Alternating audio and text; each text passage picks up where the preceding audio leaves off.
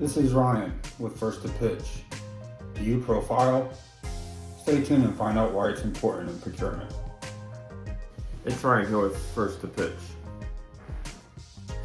One of the things that I learned, it took me a while to learn, but I learned eventually, is how to profile people. And it sounds bad, and it's not your typical type of profiling. I learned at least how to describe it from Chris Voss's book, Never Split the Difference. And here's why it's so important. I always talk about setting the tone. Well, you can't set the tone unless you know the person, so when you profile someone, you're seeing how they react when you do it. What happens after you email a person versus talk to a person, call a person versus talking to a person one-on-one. How do they react to every situation, and how can you maximize your leverage to get the most out of that conversation? An introverted person is going to react differently one-on-one than an extrovert type person or personality. So people behave in different ways.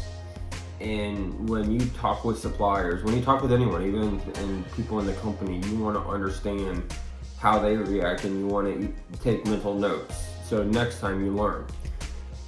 So that's important because of this reason. It's setting the tone. So if you go into a conversation, you set the wrong tone, it could have an adverse effect, and the person can get defensive, which is not productive for you.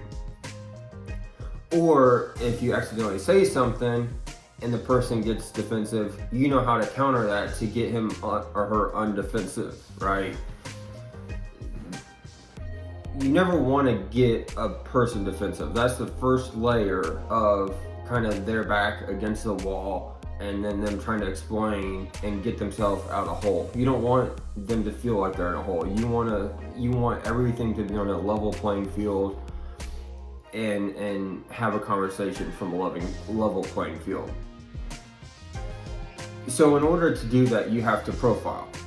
You have to profile to understand how to set the tone, and you have to set the tone to optimize your leverage when having a conversation with a person, whether it's via email or in person or via phone call. So I want to tell a story several years ago where I saw this happen. I was about to leave a company, and my boss told me to go have a conversation or make a request with a quality manager of that company.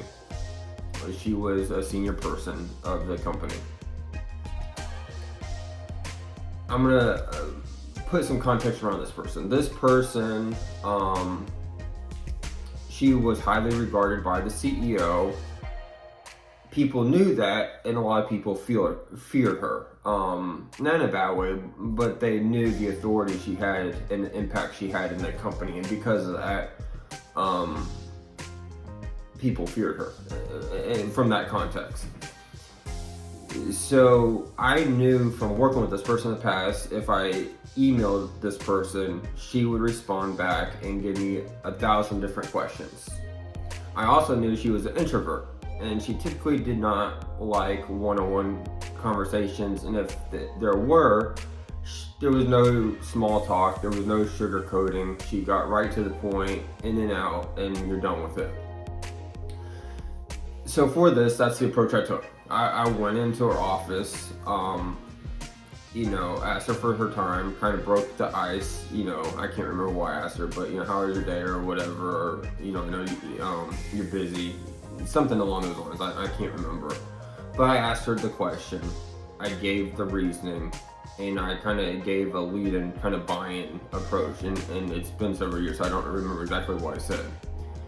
And from that, she only asked one or two questions, clarifying questions, and then she basically committed or agreed to go in the direction that my boss wanted to go in.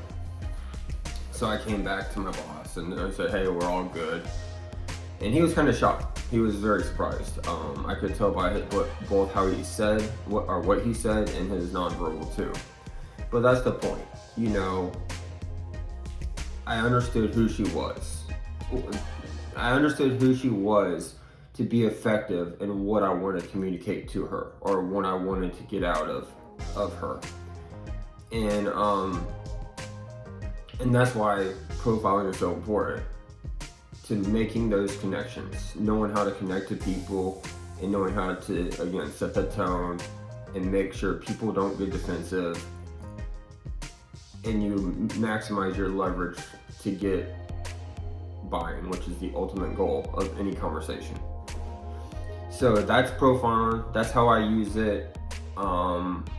It's extremely effective, and it's what I would advise any salesperson to do with their client, any buyer or procurement guy to do with their salesperson.